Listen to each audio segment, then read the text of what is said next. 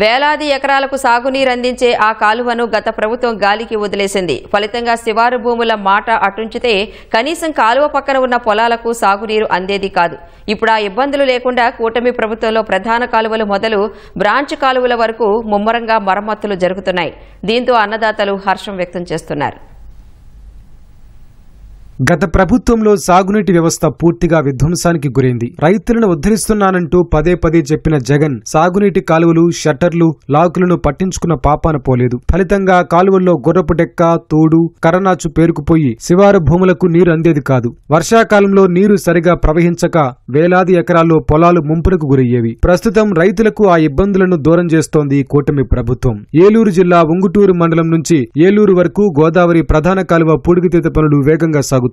వాస్తవానికి గత నెలలోనే పనులు పూర్తి కావలసి ఉన్న మే నెలలో వర్షాల కారణంగా పనులు ముందుకు సాగలేదు. దాంతో కాలువలకు నీళ్లు వదలక ముందే పనులు వేగంగా పూర్తి చేసేందుకు ప్రభుత్వం కృషి చేస్తుండడంపై రైతులు సంతృప్తి వ్యక్తం చేస్తున్నారు. ఇప్పుడు ఇది చేయడం వల్ల కింద రైతులకి ఇంత ముందు ఇబ్బంది పడేవాళ్ళని ఈ వంతెన దగ్గర పూడిపోవడం వల్ల మట్టి అది పక్కకి వేసి దానివల్ల మనకి ఇబ్బంది లేకుండా చేశారు. ఇప్పుడు ఈ 2 పంటలకి మనకి ఇబ్బంది ఉండదండి. ఇక్కడ ఎప్పుడు 15 మంది 20 మంది తీయాలి.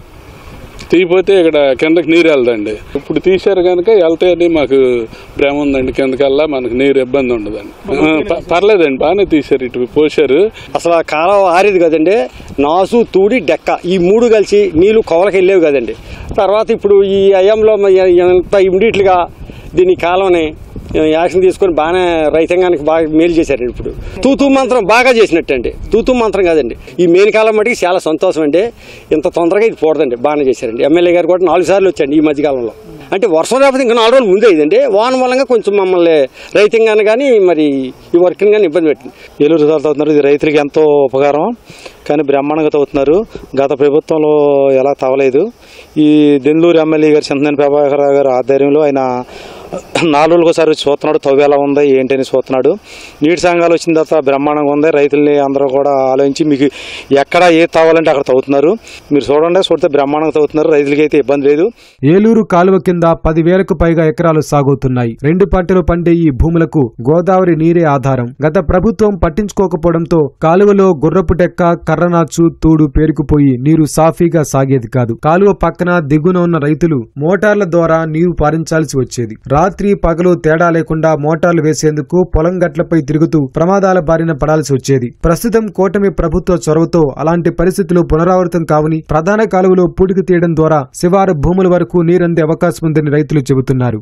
ఇక్కడ నుంచి కిందకి అసలు నీరు ఎప్పుడు వెళ్లేది లేదు. ఇప్పుడు అలాంటి పరిస్థితి లేకుండా ఇక్కడ కేవలం ఇక్కడ నుంచి తీసిన మట్టేనండి. ఇదంతా ఈ మట్టి మొత్తం ఇక్కడ నుంచి తీసిందే. ఈ మట్టే కాదు, ఇంకో తాటలు పెట్టి కొంత మట్టి ఇంకా ఎదరికి తోలేరు. మొత్తం ఈ మట్టి ఇక్కడ నుంచి 4 అడుగులు లోతు తీస్తే కానీ ఈ లెవెల్ రాలేదండి.